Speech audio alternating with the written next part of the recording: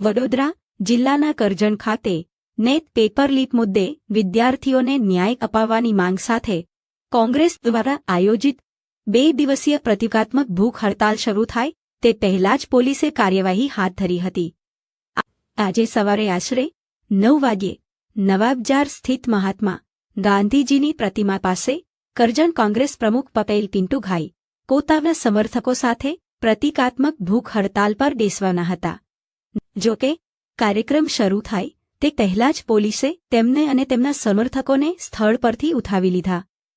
કોંગ્રેસના જણાવ્યા મુજબ દેશના લાખો વિદ્યાર્થીઓના ભવિષ્ય સાથે જોડાયેલા નેટ પેપર લીક મુદ્દે વિદ્યાર્થીઓને ન્યાય મળે અને જવાબદારો સામે કડક કાર્યવાહી થાય તેવી માંગ સાથે આ 2 દિવસીય પ્રતિકાત્મક ભૂખ હડતાલનું આયોજન કરવામાં આવ્યું હતું।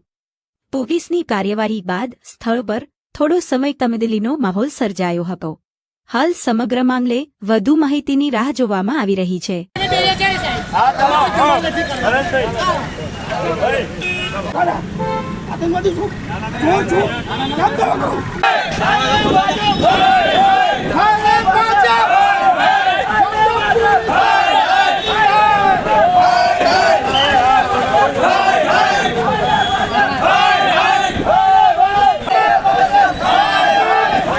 એક વિદ્યાર્થી માટે તથા દરેક વાલી માટે શિક્ષણ ખૂબ જ જરૂરી છે, પરંતુ ભારત દેશની અંદર શિક્ષણની વ્યવસ્થા દિન પ્રતિદિન કચડી રહી છે।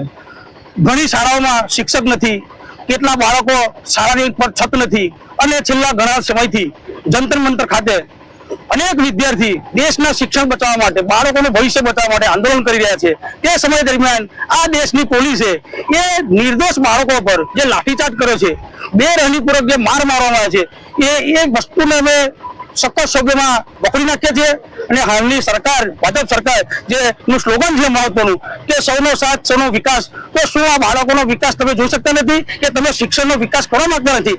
એ સ્પષ્ટપણે આ છેલ્લા 20-25 દિવસ ચાલી રહ્યું છે આંદોલન છે એમાં સાબિત થાય છે। બાકી જો સરકારને ખરેખર આ વિદ્યાર્થીની પડી હોત, સરકારને ખરેખર વાલીની પડી હોત, તો આ સરકાર તાત્કાલિક ધર્મેન્દ્ર પ્રધાનનું રાજીનામું માંગી લેત અને શિક્ષણની વ્યવસ્થા માટે 100% એ કરે કે અમે આ શિક્ષણને કથળવા નહીં દઈએ, શિક્ષણની પરિસ્થિતિ સુધારીશું। આવનારા સમયમાં એક પણ પેપર લીક નહીં થાય, પરંતુ આ સરકાર પોતાની સત્તાની લાલચુ છે, ખુરશીની લાલચુ છે, એના માટે વિદ્યાર્થીના હિતમાં કે વાલીના હિતમાં એક પણ શબ્દ બોલવા તૈયાર નથી। કાલે નરેન્દ્ર મોદીએ એક ઇન્ટરવ્યુ આવ્યું એટલે એમાં પણ આ જ વાત કરે છે કે કોઈ પણ ચીજને છોડવામાં આવે। એવી જ રીતે ગુજરાતના હર્ષ સંઘવી કે ભૂપેન્દ્ર પટેલ હોય, જ્યારે કોઈ ઘટના ઘટે છે ત્યારે એક જ એમની વાત આવે છે કે કોઈ પણ ચબરબંધીને છોડવામાં આવે, પરંતુ ચબરબંધીને પકડો તો ખરા પહેલા, પછી છોડવાની વાત કરો।